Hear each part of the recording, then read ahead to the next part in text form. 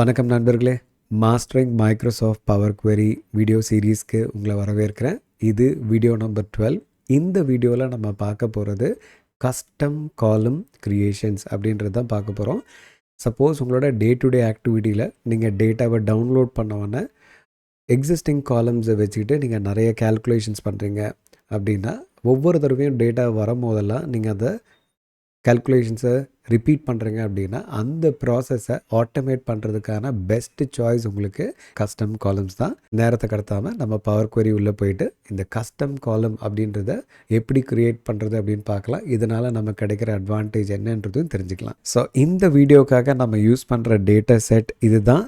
இந்த data settle என்ன கொடுத்துருக்காங்கன்னா, ஒரு ப்ராடக்டை மேனுஃபேக்சர் பண்ண என்னென்ன காஸ்ட்லாம் இன்வால்வ் ஆயிருக்கு, எவ்வளோ குவான்டிட்டி நம்ம ப்ரொடியூஸ் பண்ணோம் அப்படின்ற அந்த காலம்ஸ் இருக்குது, என்றைக்கு ப்ரொடக்ஷன் நடந்ததுன்றது இருக்குது. பட் என்ன இல்லைன்னா, டோட்டல் காஸ்ட் என்னன்றது இல்லை. இந்த டோட்டல் காஸ்ட்டை டிரைவ் பண்ணுறதுக்கு என்ன எக்ஸ்ப்ரெஷன்னா, இண்டிவிஜுவல் காஸ்ட் காம்பனண்ட்டை ஆட் பண்ணி நம்பர் ஆஃப் யூனிட்ஸோட மல்டிப்ளை பண்ணோன்னா அதுதான் டோட்டல் ப்ரொடக்ஷன் காஸ்ட். ஸோ இப்போ என்ன தோணுன்னா, நம்ம இதை டைரெக்டாக எக்ஸலில் ஃபார்முலாவை எழுதிடலாமே அப்படின்னு தோணும். பட் பவர் குவெரி வரதுக்கான முதல் காரணம், இதை நான் மறுபடியும் புது டேட்டா வரும்போது பண்ணக்கூடாது. டேட்டா சோர்ஸை மட்டும் மாற்றினேன்னா இந்த கேல்குலேட் பண்ண காலம் ஆட்டோமேட்டிக்காக எனக்கு வந்துடணும். ஸோ அதுதான் நம்ம அச்சீவ் பண்ணணும்னு நினைக்கிறோம். இப்போ இந்த டேட்டாவை நம்ம பவர் குவெரியில் லோட் பண்ணி நம்ம எப்படி அந்த கஸ்டம் காலமை க்ரியேட் பண்ணுறதுன்னு பார்க்கலாம். ஸோ இந்த இன்புட் ஃபைலை நான் க்ளோஸ் பண்ணிடுறேன். இப்போ புது எக்ஸலில் இருக்கோம். இப்போ நம்ம பவர் குவெரி எடிட்டர் விண்டோவை லான்ச் பண்ணிடலாம். ஸோ டேட்டா டேபுக்கு போகிறேன், get data, launch power query editor.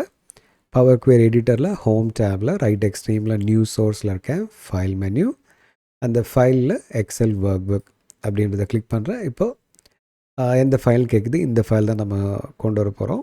அதை சூஸ் பண்ணிவிட்டு ஓகேன்னு கொடுத்துறேன். எந்த ஷீட்டில் டேட்டா இருக்குதுன்னு கேட்க போகுது, அடுத்தது ஷீட் 1 தான் இருக்குது. ஸோ அதையும் சூஸ் பண்ணிடுறோம். பட் இந்த டைம் பார்த்திங்கன்னா இது டைரெக்ட் எக்ஸல் ஃபைல் கிடையாது. பட் சில இஷ்யூஸ் இருக்குது, ட்ரான்ஸ்ஃபார்மேஷன்ஸ் இன்வால்வ் இருக்குது, நம்ம பண்ணணும். அதனால் ஷீட்டை சூஸ் பண்ணிவிட்டு ஓகேன்னு கொடுக்குறேன். இப்போ டேட்டா லோட் ஆகும். டேட்டா வந்த உடனே கண்டிப்பாக நான் அப்ளைட் ஸ்டெப்ஸில் போயிட்டு சேஞ்ச் டைப் ஸ்டெப்பை கண்டிப்பாக கெட் ரிட் ஆஃப் பண்ண போகிறேன். எனக்கு அது வேண்டாம், ஏன்னா இன்னும் ட்ரான்ஸ்ஃபார்மேஷன்ஸ் இருக்குது, அதுக்குள்ளே டேட்டா டைப் செட் பண்ணுறது தப்பான அப்ரோச். ஸோ என்ன பண்ண போகிறோன்னா, ஃபஸ்ட்டு இந்த டேட்டாவை ட்ரான்ஸ்ஃபார்ம் பண்ண போகிறோம்.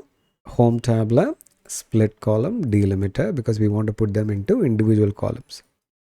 So comma தான் delimiter, each occurrenceல பிரிக்கணும், பிரிச்சிருது. ஸோ ரைட் சைடில் அப்ளைட் ஸ்டெப்ஸ்க்கு வரேன். சேஞ்ச் டைப் வந்திருக்கு, அது இப்போ வேண்டாம், ஏன்னா ஃபஸ்ட் ரோ ஹெட்டராக இன்னும் நம்ம ப்ரொமோட் பண்ணல, அதை பண்ணிடலாம். ஹோம் டேபில் ட்ரான்ஸ்ஃபார்மில் use first row as header.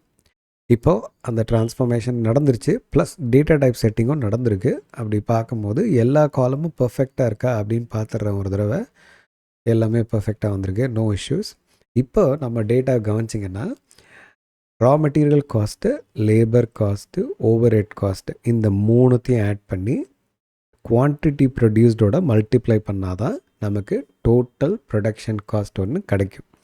So இப்போ இதில் என்ன ப்ராப்ளம்னா, அந்த காலமை நம்ம க்ரியேட் பண்ணணும். நம்ம ஒரு புது காலம் க்ரியேட் பண்ண போகிறோம். அந்த புது காலமில் வரப்போகிற வேல்யூ இருக்கிற காலமில் இருக்கிற வேல்யூஸோட நம்ம ஒரு லாஜிக் வச்சு கொண்டு வர போகிறோம். ஸோ அந்த மாதிரி சமயங்களில் தான் நமக்கு தேவை கஸ்டம் காலம். ஸோ புது காலம் கொண்டு வர போகிறோன்றதால நம்ம பவர் குவெரி எடிட்டரில் போக வேண்டிய டேப் வந்து ஆட் காலம்.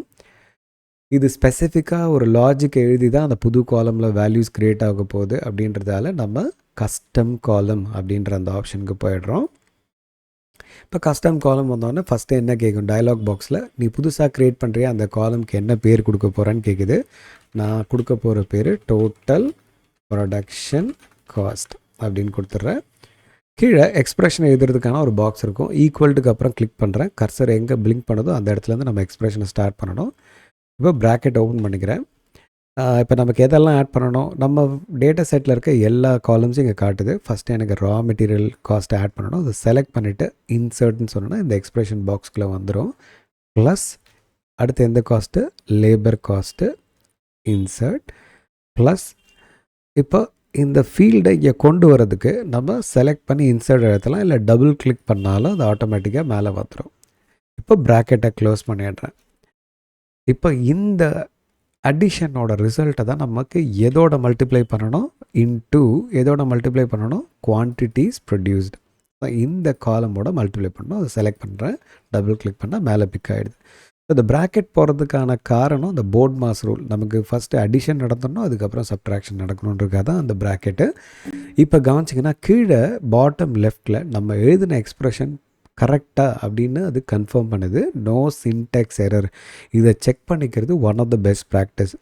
நல்லா ஞாபகம் வச்சுக்கணும், இதே பாக்ஸில் தான் நம்ம மேஷப் லாங்குவேஜில் இருக்கிற ஃபங்க்ஷன்ஸையும் யூஸ் பண்ணி நம்ம கஸ்டம் காலம்ஸ் க்ரியேட் பண்ணலாம். பட் இப்போ லாங்குவேஜில் இருக்கிற எந்த ஃபங்க்ஷன்ஸையும் நம்ம இப்போ கூப்பிடலை, ஒரு சிம்பிள் எக்ஸ்ப்ரெஷனை தான் க்ரியேட் பண்ணியிருக்கோம் இந்த வீடியோவில். இனி வரப்போகிற வீடியோஸில் லாங்குவேஜில் இருக்கிற ஃபங்க்ஷன்ஸை யூஸ் பண்ணி நம்ம க்ரியேட் பண்ணுறதையும் பார்க்கலாம். கிட்டத்தட்ட 700+ ஃபங்க்ஷன்ஸ் இருக்குது. எல்லா ஃபங்க்ஷனும் என்னால் பார்க்க முடியுமான்னு தெரியல, but we will try our best. But most used functions டெஃபினட்டாக நம்ம பார்ப்போம். சரி, இப்போது நம்மளோட எக்ஸ்ப்ரெஷன் ரெடி. நம்ம ஓகேன்னு கொடுத்த பிறமா நம்மளோட டேட்டா செட்டில் பார்த்திங்கன்னா கடைசி காலமாக நம்மளது க்ரியேட் ஆகிருக்கு. Total production cost which is the sum of all the 3 individual cost item multiplied with the quantity produced.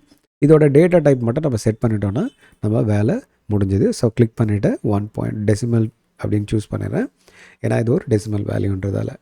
சரி, இப்போ இந்த டேட்டாவை நான் க்ளோஸ் அண்ட் லோட் டு கொடுத்து எக்ஸலுக்கு எடுத்துன்னு போயிட்டு பிவட் டேபிளாக லோட் பண்ணிக்கலாம், இல்லை டேபிளாக நோட் பண்ணிக்கலாம், இல்லைனா சார்ட்டை கூட லோட் பண்ணிக்கிட்டு ஃபர்தர் அனாலிசிஸ் பண்ணலாம். ஸோ இதுதான் கஸ்டம் காலம் க்ரியேட் பண்ணுறதுக்கான ப்ராசஸ். நான் மறுபடியும் சொல்கிறேன், ரெகுலராக டவுன்லோட் பண்ண டேட்டாவில் நீங்கள் இந்த மாதிரி எக்ஸிஸ்டிங் காலம்ஸ்க்கு நடுவில் கேல்குலேஷன் பண்ணி ஒரு காலமை க்ரியேட் பண்ணுறீங்க.